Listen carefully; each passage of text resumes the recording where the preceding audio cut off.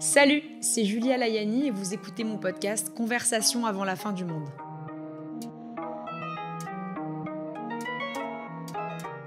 Ça ressemble un peu à la fin du monde ou quoi en ce moment ? Dans le doute, j'ai décidé d'inviter toutes les 2 semaines des gens que je trouve trop stylés pour leur demander ce qu'ils font sur cette planète.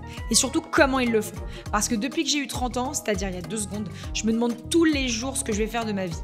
Donc si toi aussi t'es en quête, pose-toi, détends-toi, écoute ce podcast, tu vas pas le regretter. Bonne écoute. Benjamin Elalouf, je suis très contente de t'avoir toi particulièrement parce que pour moi tu représentes un des producteurs de cinéma phares de notre génération et je trouve que les producteurs ne sont pas assez mis sur le devant de la scène et moi j'ai envie de les mettre sur le devant de la scène parce que c'est un métier qui est exceptionnel et j'ai envie de le faire découvrir aussi les tréfonds de ce métier de producteur à une audience qui forcément peut-être n'en a pas vraiment les clés et les codes. Donc merci 1000 fois d'avoir accepté d'être dans ce podcast. Première chose très importante, est-ce que tu peux te présenter, s'il te plaît ? Alors, je m'appelle Benjamin Elalouf, j'ai 39 ans, je suis producteur et ma société s'appelle Moonshaker et elle existe depuis 12-13 ans. Le premier film que j'ai produit, c'était La crème de la crème de Kim Chapiron, qui est écrit par Noé Debré. Donc Noé Debré, c'est un peu un auteur avec qui je travaille depuis que j'ai commencé à travailler et qui est un peu assez important au cœur de ma filmographie, quoi. Donc on est vraiment de la même génération et il y a un vrai plaisir à travailler avec des gens de sa génération, de grandir ensemble. Si on liste un peu les films, il y a Le Brio, qui est le plus gros succès, qui a fait 1 200 000 entrées, d'Ivan Attal, écrit par Yael Langman, Noé Debré et Victor Saint-Macary. Voilà, et c'était une super expérience, qui est un film grand public, mais qui est quand même très ambitieux. Dont je suis hyper fier, qui a été remaké en Allemagne. Il y a plein de remakes encore qui sont en préparation. J'ai produit Les Rois de l'arnaque. Bien sûr, évidemment, Les Rois de l'arnaque. Malheureusement a lancé Marco Mouli.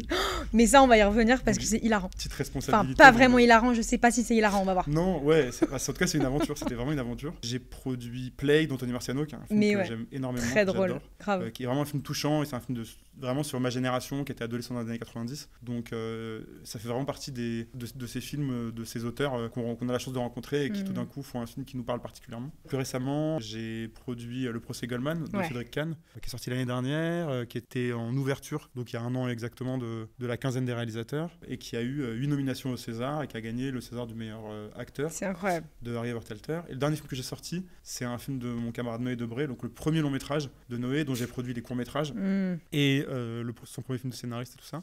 Et c'est Le Dernier des Juifs, et c'est un film dont je suis extrêmement fier, qui a hyper bien marché, qui lance cet acteur génial qui est Michael Zindel. Ah ouais, grave. Et avec cette bouleversante Agnès Jaoui. Et c'est un film que j'aime particulièrement parce que je le trouve d'une poésie folle et d'un courage inouï. Trop. Tous les films que tu viens de citer, je les ai vus. Donc j'ai vu toute ta filmographie en fait.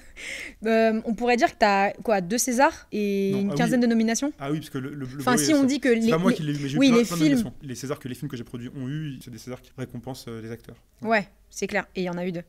Harry Wertelter. Cette année, donc pour Le procès Goldman, et Camélia Jordana pour Le Brio. Camélia, absolument. Excellent. Ce podcast, il s'appelle Conversation avant la fin du monde. Est-ce que tu trouves que ça sent un peu la fin du monde ? Est-ce que tu trouves que c'est la fin du monde ou le début d'un nouveau monde, là, ce qu'on est en train de vivre en ce moment ? J'ai un peu envie d'interroger les auteurs avec qui je travaille, puisque moi, mon travail, c'est de les accompagner. Et j'ai l'impression que les auteurs avec qui je travaille parlent vachement de ça. Effectivement, oui, il y a beaucoup de signes, la guerre, l'écologie, etc., qui nous font penser qu'on est dans une fin d'ère. Mais je pense que de la même façon qu'il y a des gens qui disent que, et je les comprends, ils veulent pas avoir d'enfants parce qu'ils croient pas qu'il y a une possibilité de continuer. Ouais, de leur laisser un monde. Moi, j'ai tendance à penser que si on se pose la question en ces termes, on arrête, quoi. Ouais, et de la même façon que si on se dit que c'est la fin du monde vraiment, on arrête de faire des films, quoi. Donc je pense que même si tout porte à croire que c'est la fin du monde, il faut se convaincre que non, parce que sinon on s'assoit tous en rond et on se tire une balle dans la tête, quoi. Je te pose cette question-là à toi. Je pose la question à tous les invités, mais à toi particulièrement parce que je trouve que tes films, ils sont toujours engagés. Même si c'est humoristique, il y a toujours un fond d'émotion et un fond de message assez engagé. Donc oui, ce que tu me dis, c'est que tes auteurs et les personnes et les scénaristes avec qui tu bosses, pour eux, c'est un sentiment qu'ils partagent, quoi. Ouais, complètement. Et puis en plus, je pense que on est dans un moment où on demande aux auteurs de s'engager. Enfin, en tout cas, j'ai l'impression qu'il y a des énormes, je pense que c'est un des sujets, mais qu'il y a des énormes progrès que cette industrie est en train de faire en prenant conscience. Et même moi qui suis dedans depuis 12 ans, j'envisageais pas, parce que je suis pas une femme et que je suis pas...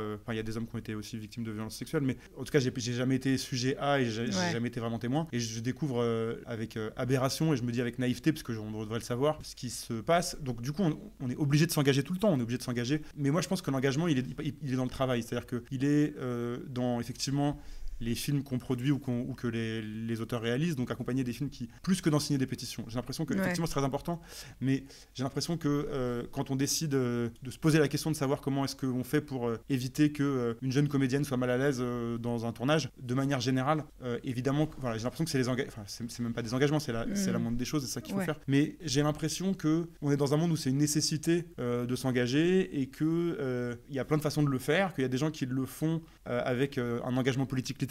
Et moi, j'ai l'impression que la façon que je peux avoir de le faire, c'est d'essayer de défendre un cinéma qui parle de sujets qui sont importants pour moi. Excellent, parce que c'est vrai qu'en tant que producteur, t'es un peu le chef d'orchestre et le patron, entre guillemets, du film, quoi. Ouais, je dirais pas tout à fait ça. En tout cas, il y a plusieurs types de films. Il y a des films où, effectivement, la place du producteur est complètement au centre. Il y a des films où, quand on fait des films d'auteur, on est quand même un peu, même si on a la responsabilité juridique et financière, il y a un endroit où on est au service d'un auteur quand on fait un film d'auteur. Quand on fait une série, c'est différent. Quand on fait un truc pour la télé, souvent, c'est différent. Mais à la fin, artistiquement, celui qui va prendre la responsabilité artistique du film, ça veut dire qu'il va devoir le défendre, et si le film est raté, ça va être sa responsabilité, ben, ça reste le réalisateur. Et donc, on a un endroit où on est plutôt dans une relation de compagnonnage où on se partage un peu la responsabilité, l'un financière et juridique et l'autre plus artistique. Dans le cinéma américain, c'est un peu différent. Dans le cinéma américain, il y a un producteur tout puissant qui choisit un scénariste, qui va choisir un casting et qui va choisir un réalisateur à la fin pour faire des films. Les Américains, ils ont une expression. Quand il y a eu l'émergence des Marvel et des films des franchises, des films qui sont basés sur des IP. Donc les IP, en anglais, c'est-à-dire le diminutif de propriété intellectuelle, intellectual property. Donc c'est sur des marques qui sont fortes. En fait, en gros, il y a eu un virage qui a été fait au début des années 2000 où les studios ont commencé à se dire, en fait, en gros, il faut qu'on fasse moins de films, mais des films plus gros. Parce qu'en fait, sortir un film, que le film soit peu cher ou très cher, finalement, le coût de sortie est pas si éloigné que ça. Et donc, du coup, on va concentrer notre argent sur moins de films, mais des films plus gros. Mais pour que ces films plus gros puissent être vraiment pas trop risqués, il faut qu'on ait des grosses marques qui font que c'est Superman, les gens ils vont y aller quoi qu'il.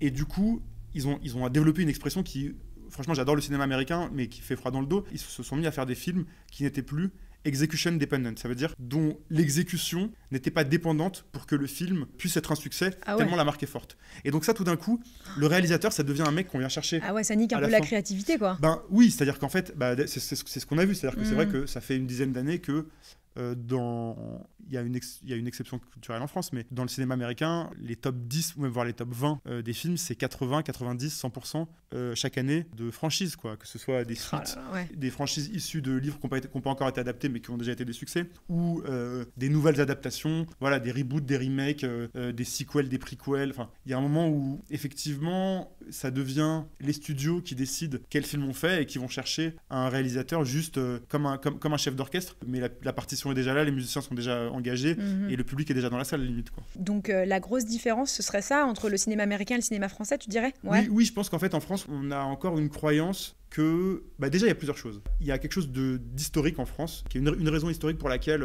les Français n'ont pas été dans cette direction-là, c'est qu'il y a une valorisation des auteurs depuis la Nouvelle Vague, la politique des auteurs, le CNC, même le Festival de Cannes, sont vraiment construits autour de la notion de réalisateur, de cinéaste. Aujourd'hui on dit plus cinéaste parce que c'est plus inclusif que de dire réalisateur.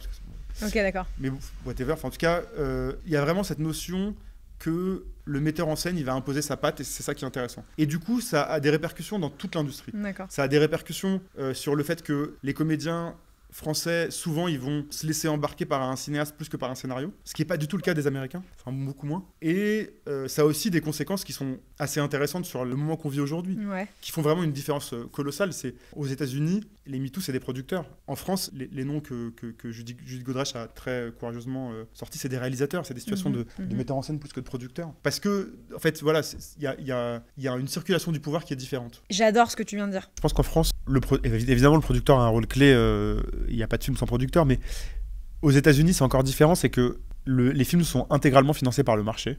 En France, les films sont financés aussi par des subventions et par des systèmes qui mettent en valeur les réalisateurs. Il n'y a pas de CNC en fait américain. Ouais, non, il y a des aides privées, il y a des bourses, etc. Mais ça représente toute petite minorité des financements. En fait, c'est vraiment deux industries totalement différentes. Complètement. Donc par exemple, d'ailleurs, l'industrie indépendante américaine est encore plus différente du cinéma d'auteur français que les gros films. Puisque les films indépendants américains, souvent, les producteurs lèvent de l'equity, qui prennent de l'argent, ils fabriquent le film et après ils vont le vendre.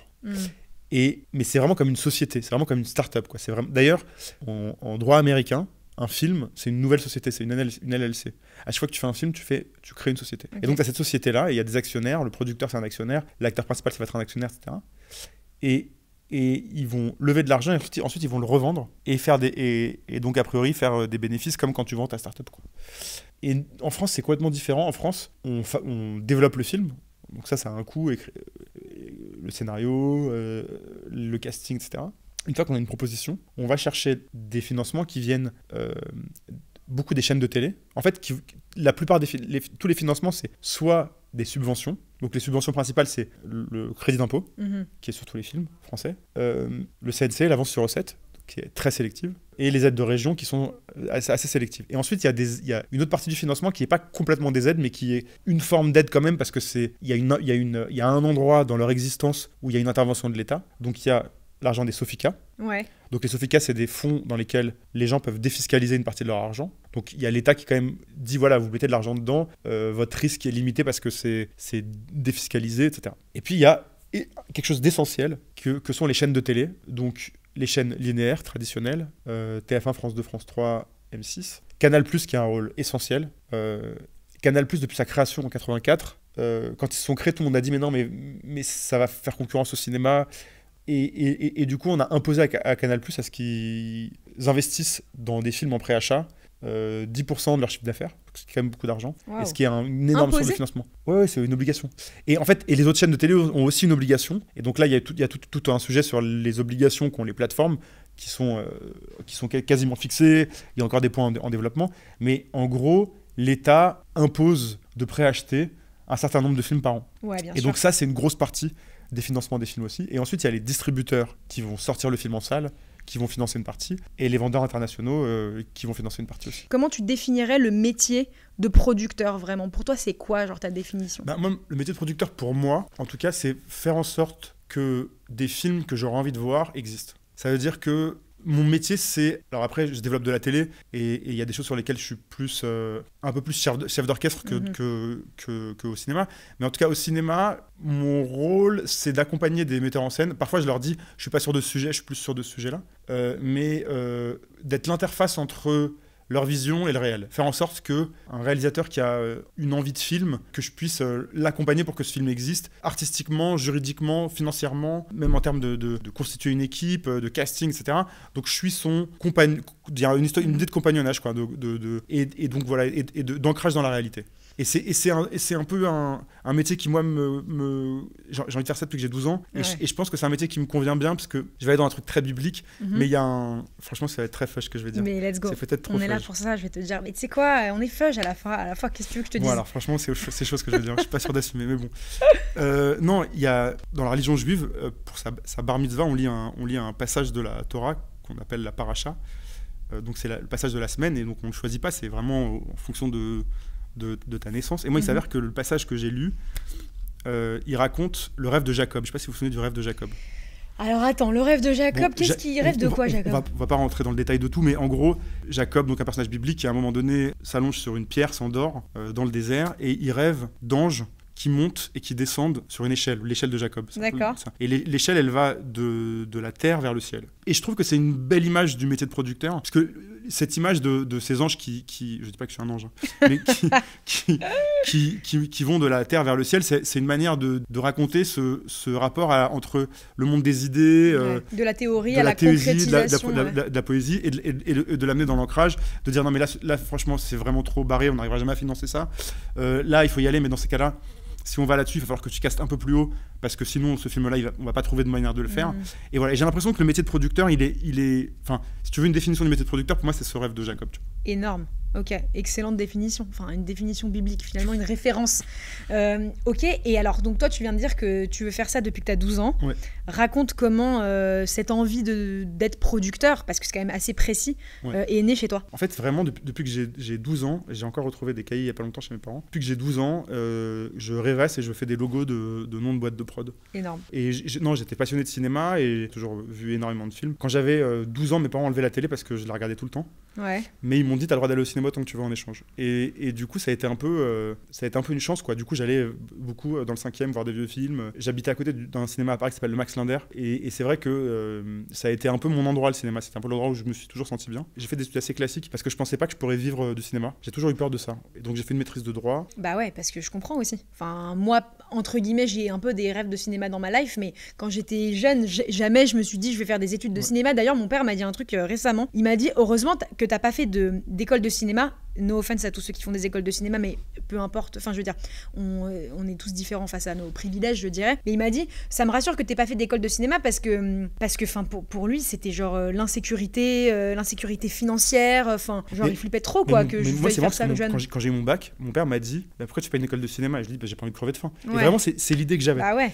Et donc j'ai fait une maîtrise de droit et j'ai eu une bourse pour aller aux États-Unis. J'ai fait pour faire une fac d'économie et j'étais super content d'être aux États-Unis. Et voilà, j'ai étudié à côté de Boston. Et après j'ai fait des stages à New York en finance et j'étais trop heureux d'être à New York, mais je détestais la finance, quoi. C'était vraiment pas du tout pour moi. Et genre en même des temps, stages dans des salles de marché en mode.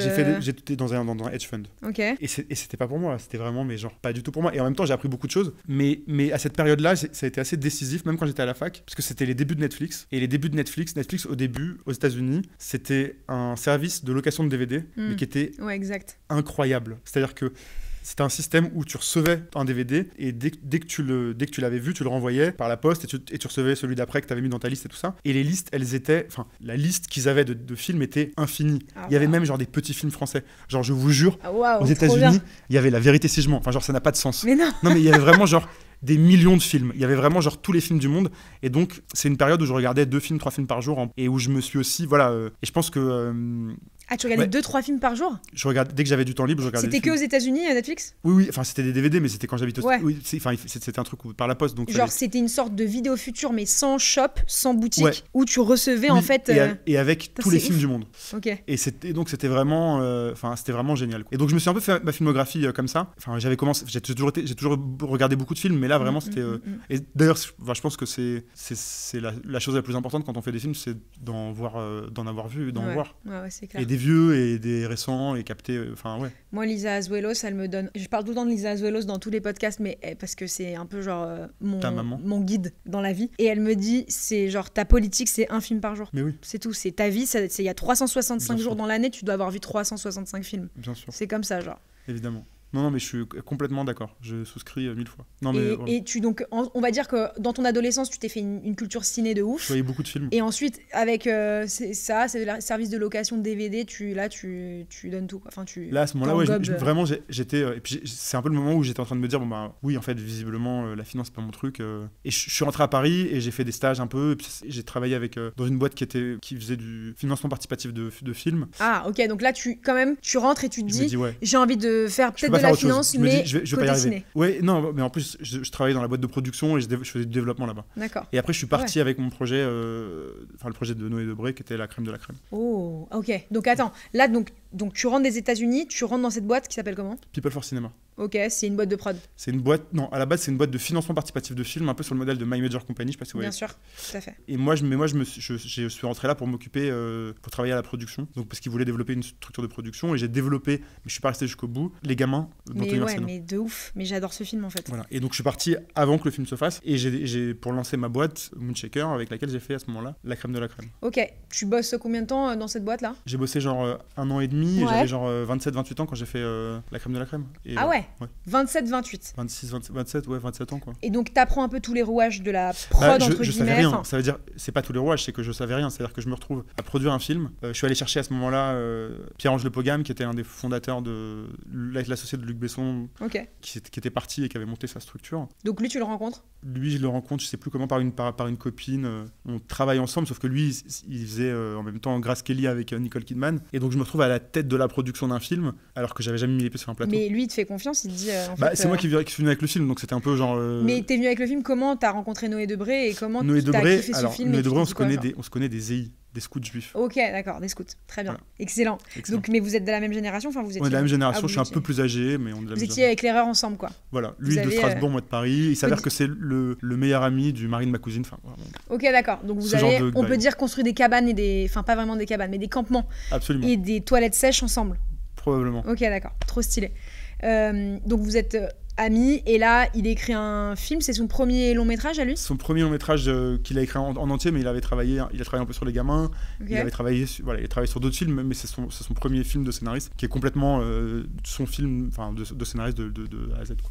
La crème de la crème, c'est donc des étudiants à HEC, enfin en tout cas dans une grande école de commerce, qui expérimentent la vie d'école de commerce, à savoir le bizutage, le BDE, les trucs comme ça. C'est le quotidien. Ouais, et surtout ils montent un réseau de prostitution. Un détail très important. Un détail très important. J'ai vu le film, juste genre j'ai une mémoire de. Non, c'est oui, et en fait c'est un film qui est, moi je trouve qu'il est hyper fort. C'est un film qui est arrivé après la crise des subprimes et qui raconte un peu de manière assez métaphorique comment dans ces écoles on apprenait, peut-être que ça a changé aujourd'hui, je sais pas, mais on apprenait genre des techniques, on fabrique des machines de techniciens trop intelligents, trop forts, et on se posait peut-être pas suffisamment des problématiques éthiques. Et je trouve que du coup ce film-là, il avait, c'est un film sorti en 2011-2012, mais il avait un peu une espèce de prescience de ce qui allait se passer, parce que je trouve que ça résonne vachement avec ce moment où je sais plus quelle école les mecs ont dit bah non mais en fait on va pas graduer, on refuse le diplôme, etc.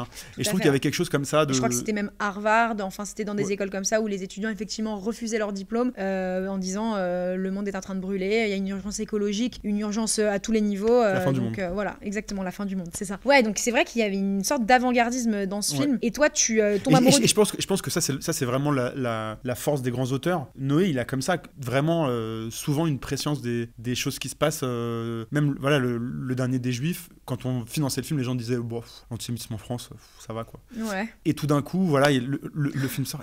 Il sort d'ailleurs le 7 octobre, non? Non. Ou la semaine? Non, il sort le 24 janvier. Mais en revanche, ce que je peux raconter, c'est que la semaine d'avant le 7 octobre... Ouais. Non, mais la semaine d'avant le 7 octobre, en gros, genre, on va dire le 5 octobre, on avait une réunion avec l'attaché de presse, la distributrice, toute l'équipe, etc., Noé, et on prévoit le plan de sortie, et on avait prévu de sortir le 24 janvier. On nous dit, je vais appeler les journalistes la semaine prochaine, et je vais commencer à aller chauffer un peu sur le film et tout ça. Un attaché de presse génial qui s'appelle Tony Arnoux, qui est vraiment trop fort et tout ça. Ça, c'est le 5 octobre, et puis le lundi, il nous appelle, il nous dit les gars, je suis désolé, je me vois pas appeler les rédactions et leur dire venez voir ce film qui s'appelle Le Dernier des Juifs, genre après le 7 octobre c'est bien mort, sûr, ouais. Et donc on a eu un moment de battement où on s'est dit qu'est-ce qu'on fait, etc. On s'est dit évidemment on sort le film, on va pas ne pas sortir un film parce qu'il est encore plus pertinent, quoi. Mais c'est sûr. Et du coup ça s'est hyper bien passé, la presse a adoré le film, et le film qui était un film à petit budget a fait 200 000 entrées, et les spectateurs ont vachement aimé, et on est hyper contents. Moi j'ai vu ce film, je l'ai trouvé génial, drôle, touchant, un peu comme finalement ta patte. Je dirais que évidemment tu ne travailles pas que avec Noé Debré, mais il y a toujours un peu ça chez toi dans tes films que tu produis,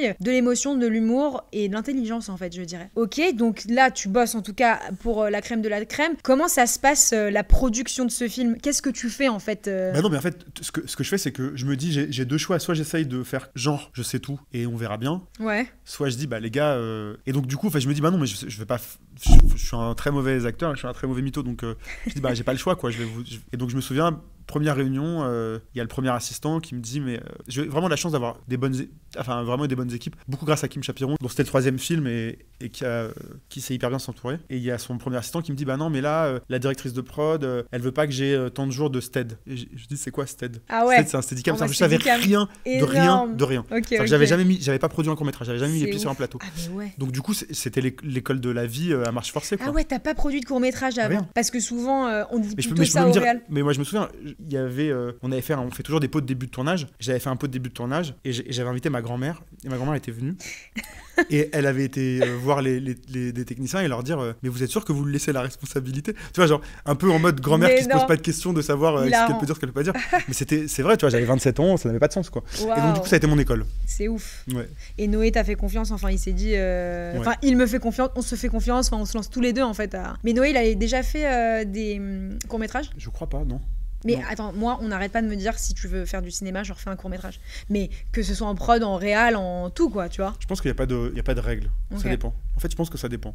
Franchement, il n'y a pas de règles. Oui, ça permet de se poser des questions. Mais c'est marrant parce que, par exemple, Noé, on a fait 3 courts-métrages ensemble. Je lui disais, mais là, c'était une star maintenant, mec. on finance ton film. Viens, on va après la crème. Après la crème de la crème, lui, il avait des envies de mise en scène et il fait un premier court-métrage, un deuxième court-métrage. Je dis, ça suffit, viens, on passe au long. Ouais. Et un jour, il m'appelle, il me dit, non, mais franchement, tu vas me tuer, j'ai encore envie de faire un long-métrage. Je dis, bah non, un court-métrage. Je dis, vas-y, bon, ok. Ouais, et donc, quand il est venu avec un long-métrage, j'étais là, c'est génial. Ok, d'accord. Ah, Le Dernier des Juifs, c'est son deuxième long-métrage? Son premier long-métrage. Ah oui, d'accord, en réel. Parce que la crème de la crème, il était scénariste et pas réalisateur. Ok, d'accord. Très bien, bien sûr. Kim Chapiran. Et Kim Chapiran, par contre, il avait fait. Il avait fait Shaitan et Dog Pound à ce moment-là. Ouais. Shaitan et quoi? Et Dog Pound, un film en anglais magnifique. Ok. Et après, il a fait genre. Le jeune imam, des séries. Ça et Athéna? Non, ça c'est Romain Gavras. Ciao. Ok. Mais bon, c'est la même team aussi. C'est la même team, c'est Courtrage Metz. Voilà, exactement. Ok, trop bien. Trop cool. Donc là, t'apprends une tonne. Est-ce que t'as des galères, je sais pas, au moment de la fabrication du film, pendant le tournage ou après? Est-ce qu'il y a des choses qui se sont mal passées pendant cette production? Non, franchement, j'ai eu la chance de travailler avec Kim et d'avoir vraiment son premier assistant avec qui je me suis hyper bien entendu, qui s'appelle David Diane, qui est un mec génial. J'ai rencontré une directrice de production avec qui j'ai beaucoup travaillé après, que j'aime beaucoup, qui s'appelle Gaëtan Joss. Non, franchement, je peux pas dire que. Non, ça s'est vraiment bien passé, quoi. Trop bien. Donc là, t'apprends tout. Ouais. Et t'as une confirmation un peu où tu te dis, je vais être producteur de cinéma. Je sais rien faire c'est d'autre. clair. Oui. Ok. Et donc voilà, après le Brio que j'ai coproduit avec Dimitri Rassam, donc voilà, et Play aussi. Raconte le Brio. Le Brio, c'est Yael Langman et Victor Samakari qui viennent me voir. Enfin, on est copains et ils me pitchent le Brio. Ils en sont vraiment au tout début. Et je leur dis mais c'est génial, je vais absolument le faire et tout ça. Et j'avais vraiment une toute petite boîte, quoi. Je me suis battu pour le faire. J'ai embarqué Dimitri parce que c'est un projet que beaucoup de grosses boîtes de prod voulaient. Ouais. Et eux, je pense qu'ils avaient envie de le faire avec moi. Mais il y avait comme tout Paris le voulait, il fallait quand même que j'amène, voilà, que ça se passe comme que ça grossisse. Et donc voilà, j'ai embarqué Dimitri, ça s'est hyper bien passé. Et c'était quoi l'argument qui a fait que le scénariste du Brio s'est dit ok, je pars avec El Alouf? Je pense qu'ils avaient envie de le faire. Je pense qu'il y avait un truc de feeling, on a envie de faire le même film. Et après, il y a eu aussi un truc, voilà, il y avait des conditions financières qu'on a matchées. Ouais, en fait, c'est pas vraiment. Ouais, parce que j'allais dire, est-ce que c'est un peu comme dans d'autres milieux où t'as un peu une espèce d'appel d'offres de j'ai mon film et je vais aller voir un peu des producteurs, mais c'est plus une question de feeling. C'est les deux, ouais. Je pense que c'est les deux. C'est des rencontres en fait entre gens qui veulent faire la même chose. En fait, c'est de passer tellement de temps ensemble à un endroit qui est souvent tellement intime que s'il n'y a pas un minimum on parle la même langue, c'est mort. Ouais, ok, bah bien sûr. Et à quel niveau tu dirais que le producteur c'est un artiste? Non, c'est pas un artiste. Non, c'est pas un artiste. Non, c'est un artisan éventuellement, mais c'est quelqu'un qui accompagne les artistes, comme un galeriste. On peut pas dire qu'un galeriste c'est un artiste. Ok, et toi, éditorialement, c'est-à-dire artistiquement, est-ce que tu peux apporter des choses, des idées, des regards? Absolument. Oui. Mais de toute façon, moi je pense que s'il y a un truc, je pense que la force d'un producteur, c'est de se mettre à un endroit de spectateur, d'être le premier spectateur du scénario, à toutes les étapes de fabrication, du casting au tournage, au montage, mais de toujours essayer d'être pas à un endroit technique, pas forcément dans un endroit de proposition de solution, mais essayer de rester connecté au maximum à son ressenti. Vraiment des trucs très basiques. Là, je m'ennuie, cette vanne, elle me fait pas rire. À cet endroit-là, je suis ému. Là, je crois que je devrais être ému, mais je le suis pas. Ce genre de trucs, des choses qui sont vraiment pas techniques du tout, qui sont vraiment juste du pur ressenti. Et je pense que c'est à cet endroit-là qu'on rassure les auteurs avec qui on travaille. C'est-à-dire que si les auteurs ils savent qu'ils peuvent se reposer sur notre lecture, parce qu'en fait un auteur il va faire lire à son monteur il va avoir un regard technique, à son premier assistant donc c'est celui qui s'occupe un peu d'organiser le tournage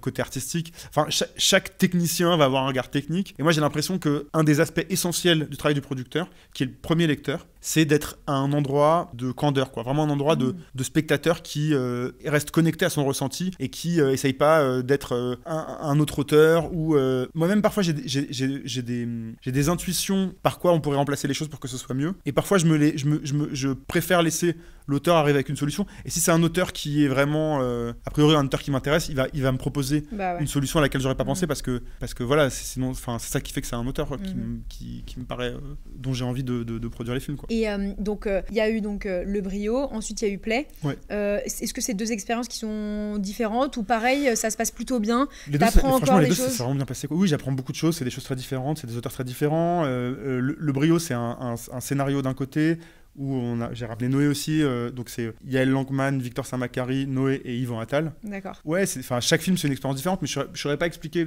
nécessairement pourquoi l'un est différent de l'autre, non. Et après, Play, c'est Anthony Marciano, et c'est un film pour le coup qu'il a écrit et réalisé, et qui est intégralement le fruit de sa vision, quoi. Ça, c'est sa vision pure. Et ensuite, il y a eu effectivement Les Rois de l'Arnaque. Absolument. Bon, Les Rois de l'Arnaque, c'est un documentaire, donc sur Netflix. Ouais. Comment ça se passe? Qui t'amène le projet? C'est quoi les bails? En gros, quand Netflix arrive en France, moi je me dis, ce que je préfère sur Netflix, c'est les documentaires. Ouais. J'avais une passion pour un documentaire, pour une série documentaire qui s'appelle Wild Wild Country, je sais pas si tu l'as vu. Non, mais ok. Franchement, je vous le conseille, c'est sur une secte, la secte de Ushu. Ouais. Une secte indienne qui débarque dans un petit village dans l'Oregon, je crois, aux États-Unis. C'est un truc de malade. C'est vraiment genre, ils font des trucs qui sont fous. Okay. Mais c'est vraiment genre le meilleur doc Netflix. Allez, et je me suis dit, genre ça, c'est ça qui m'intéresse, je veux faire ça. Et moi, j'adore les arnaqueurs. Les arnaqueurs, je trouve que c'est les meilleurs personnages. C'est les meilleurs personnages de cinéma parce que c'est des gens c'est des acteurs, les arnaqueurs. Et du coup, je cherche un peu ça. Et à l'époque, je voyais pas mal le rédacteur en chef de Vanity Fair qui avait écrit un article sur Marco Moulier et sa clique, sur l'arnaque à la taxe carbone. Bien sûr. Et je l'appelle et je me dis, en fait, c'est ça qu'il faut qu'on fasse. Et donc, on a développé ce documentaire.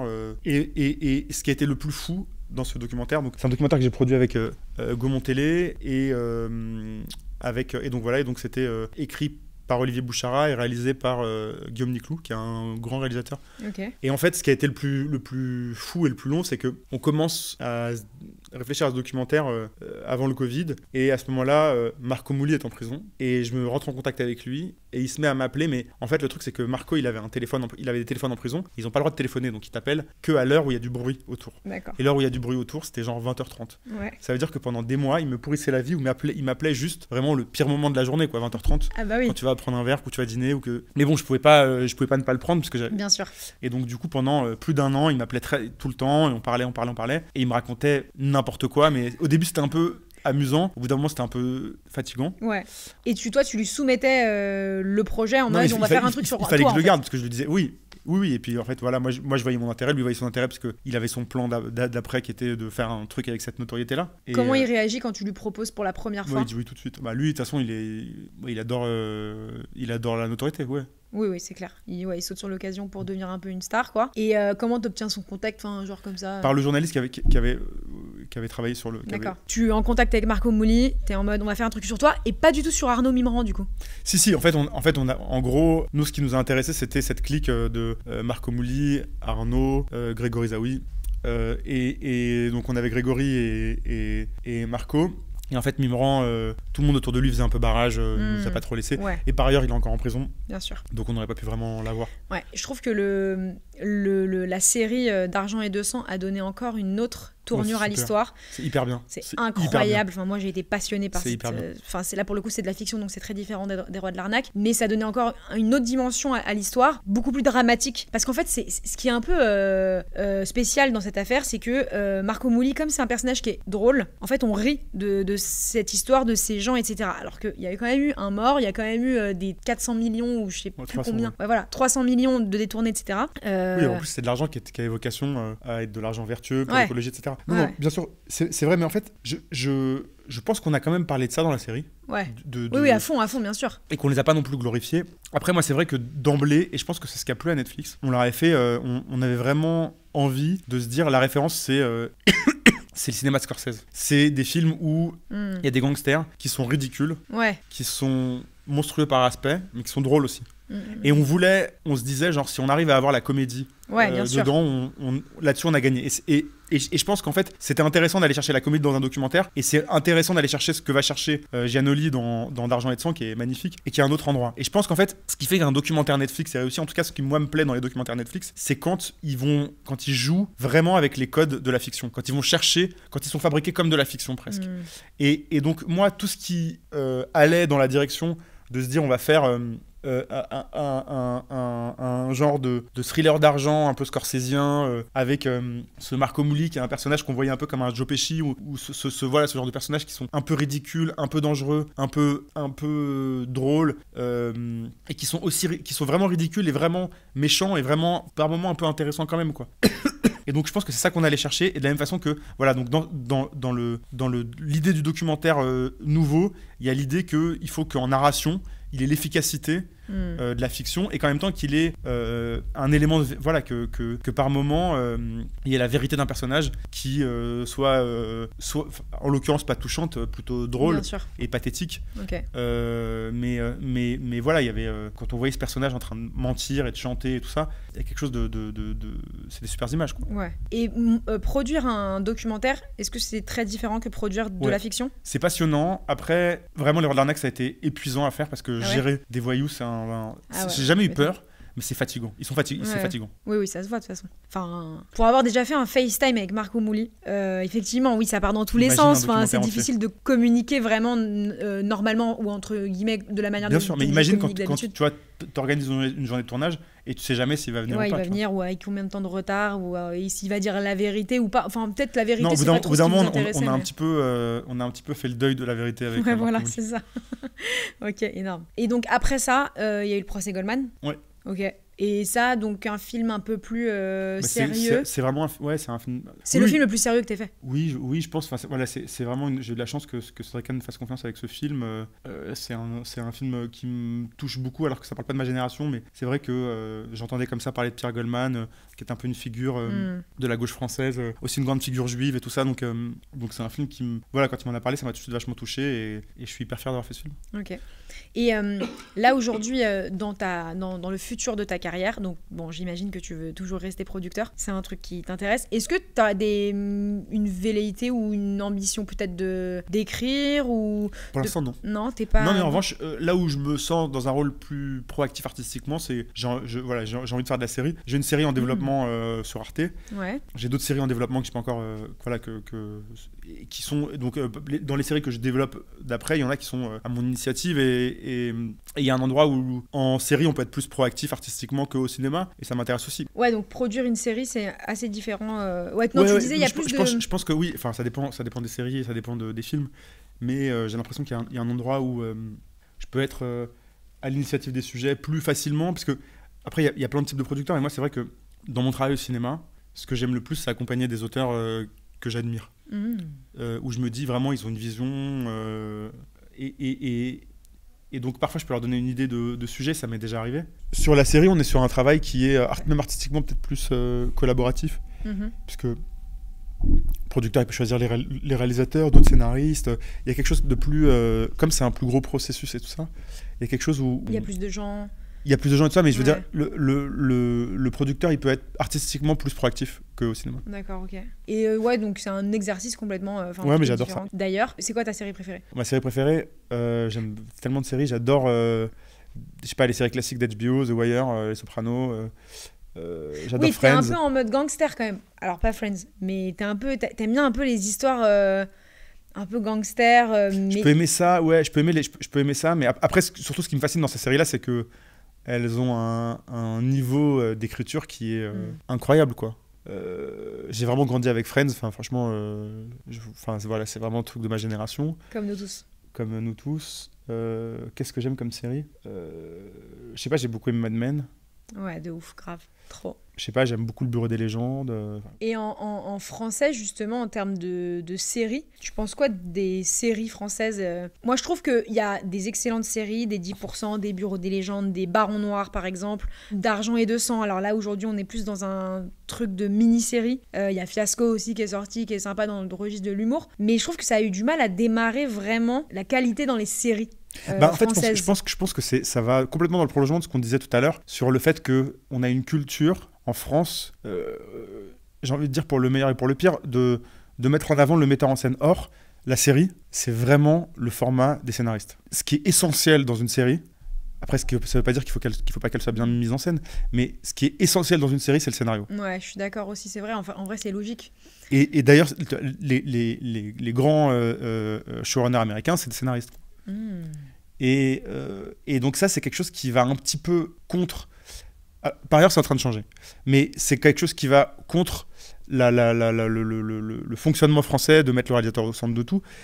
Et je voudrais ajouter un bémol à ça, c'est que j'ai l'impression qu'il y a des séries plus récentes qui sont hyper spectaculaires formellement, notamment Euphoria. Ouais, bien sûr. Qui tout d'un coup imposent l'idée que peut-être qu'une série, c'est encore autre chose. Et Euphoria, c'est plus de la mise en scène que du scénario. Mais c'est assez rare quand même de pouvoir déjà avoir l'opportunité de proposer une mise en scène poussée en série, comme dans Euphoria, comme dans la série de Xavier Dolan par exemple, dont j'arrive jamais à retenir le nom parce que la phrase est très longue. Mais ça, c'est vraiment, Sam Levinson, Xavier Dolan, c'est des réalisateurs avec une patte artistique très très prononcée. Ouais. Mais donc je trouve que Levinson, il ouvre une voie. C'est-à-dire que ce qu'il propose avec Euphoria, notamment la deuxième saison, enfin moi je trouve que la fin de les 2 derniers épisodes de la deuxième saison, je trouve que c'est un niveau, enfin c'est du cinéma, je trouve ça, pardon, mais je trouve ça vraiment fabuleux. Quoi. Chaque épisode est un film en fait. Chaque épisode est un film, ce casting, enfin genre tous les acteurs de cette série sont les plus grosses stars aujourd'hui du monde. Ouais, non mais tu vois vraiment genre Hunter Schafer, Zendaya, Jacob Elordi, enfin c'est délirant quoi. C'est ouf. C'est que les meilleurs acteurs. Enfin il y a un niveau de recherche formelle et au scénario c'est bon, c'est un remake d'une série israélienne moyenne, on s'en fout un peu, mais juste formellement c'est tellement dingue qu'il t'embarque dans un... C'est fou. Ouais. Oui, c'est vrai que c'est que de la presta d'acteur et de la forme, quoi. Exactement. Esthétique de forme. Et donc je trouve qu'ils ouvrent une voie. Mais par ailleurs, en France, je pense qu'aujourd'hui, on a des grandes séries, quoi. Le Bureau des légendes, c'est génial. Bon, c'est fini pour l'instant, mais c'est génial. Je trouve que La Fièvre, c'est très intéressant. C'est passionnant, La Fièvre. Moi, je trouve ça passionnant. Alors, j'ai fini hier soir. Voilà. Ouais, c'est vraiment... ça parle du moment, quoi. Oui. Et je trouve que, en fait... je trouve ça génial de pouvoir être aussi ambitieux. En fait, je trouve que la série, c'est un endroit où on a le temps d'apprendre des choses. Le cinéma, c'est pas là pour t'apprendre des choses. Ouais. C'est là pour te faire ressentir des choses, pour te faire changer ta vision du monde. La série, c'est quelque chose qui peut avoir à un endroit. Moi, franchement, tous les trucs sur la fenêtre d'Overton et tout ça, je trouve ça passionnant, quoi. C'est incroyable. Tous les trucs sur la stratégie politique, vraiment des trucs fondamentaux de sociologie et de sciences politiques. Je trouvais que c'était génial de pouvoir, dans le temps, t'apprendre des choses comme ça. Oui, la fenêtre d'Overton, c'est une théorie politique. Ouais. Vas-y, résume-la. Alors, ouais. Donc, qui se passe en plusieurs étapes dans un. C'est comment tu rends acceptable une idée inacceptable. Ouais, c'est ça. Comment tu rends acceptable une idée qui n'est pas acceptable mais tout d'un coup, tout le monde s'est mis à parler de ça. Moi, je savais pas ce que c'était. Je trouve ça génial. Je trouve ça génial. Ouais, c'est clair. Ça, je trouve ça passionnant, quoi. Il y a des moments comme ça où. Ça passe par tabou, radical, acceptable. Et après, ça devient une loi. Ouais, voilà. Et donc ça, je trouve que voilà, il y a plein d'idées comme ça. En l'occurrence, dans la série, c'est le port d'armes. Et avec ce truc qui est hyper malin d'aller chercher les féministes pour... Enfin, je trouve que c'est hyper malin. Donc tous ces trucs-là, je trouve ça vraiment passionnant. Non, donc il y a quand même une voie qui est en train d'être... Et évidemment, d'Argent et de sang, c'est une série qui est ambitieuse comme les séries américaines. C'est clair. Et toi, t'aimerais tendre vers ça ? Ouais, moi j'ai des projets de séries qui sont très différents, mais... Plus artistique ou encore une fois où le scénario est très fort ? Alors, je pense que la série de Noé Debré sur Arte, je pense qu'elle est potentiellement les deux. Mais... Parce que Noé Debré, il a quand même, je trouve, une patte de mise en scène qui est assez forte. Ouais, mais oui, complètement. Ouais. Et en même temps, il a écrit plein de séries. Il a écrit Le Parlement. Ouais. Et là, depuis, il a écrit plein de séries qui vont sortir bientôt. Faudrait qu'il vienne dans le podcast, non ? Je peux Noé Debré. Ok. Ce serait quoi les conseils que tu donnerais à un jeune ou une jeune qui a dont le rêve est d'être producteur ou productrice ? C'est quoi les conseils que tu lui donnerais ? Voir énormément de films, récents, anciens. Si vous ne savez pas quel film regarder, par exemple, il y a un magazine anglais qui s'appelle Sight and Sound qui sort tous les 10 ans une liste des 100 meilleurs films. C'est complètement indicatif et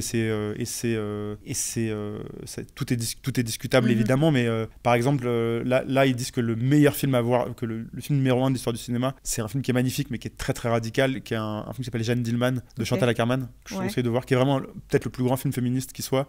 C'est un film de plus de 2 heures sur une femme qui prépare à manger chez elle, se prostitue, et c'est 48 heures de sa vie où il y a vraiment des choses qui sont quasiment en temps réel, et le film est d'une puissance inouïe. Et donc en fait vraiment voir des films classiques parce qu'en fait quand on fait des films on fait pas des films hors contexte, en dehors d'une histoire, on s'inscrit dans une histoire, et je pense qu'il faut avoir conscience de ça, et que donc je pense que voilà, il faut avoir vu on s'inscrit, tu veux dire dans un moment de l'humanité, dans un moment de l'humanité, et on fait pas les mêmes films si on en a vu avant ou si on ne les a pas vus avant. Donc je pense que c'est hyper important d'avoir vu des grands films classiques, et si on sait pas comment, enfin je trouve que c'est hyper bien fait aujourd'hui ces listes. Et moi il y a un truc que j'adore, il y a la Criterion Channel, donc les Américains ils ont un truc qui s'appelle la Criterion Collection, qui est une collection de DVD, avant ça de vidéos. Ils en ont fait un genre de Netflix. Si vous avez quelqu'un qui peut vous faire un compte aux États-Unis, vous pouvez le regarder en France, et il y a une sélection de films qui sont géniaux, mais il y a vraiment plein d'autres choses comme ça qui sont hyper bien. D'accord. La Cinétech, c'est hyper bien. Mubi, c'est hyper bien. Enfin, franchement, j'insisterai jamais assez. Si vous voulez être producteur,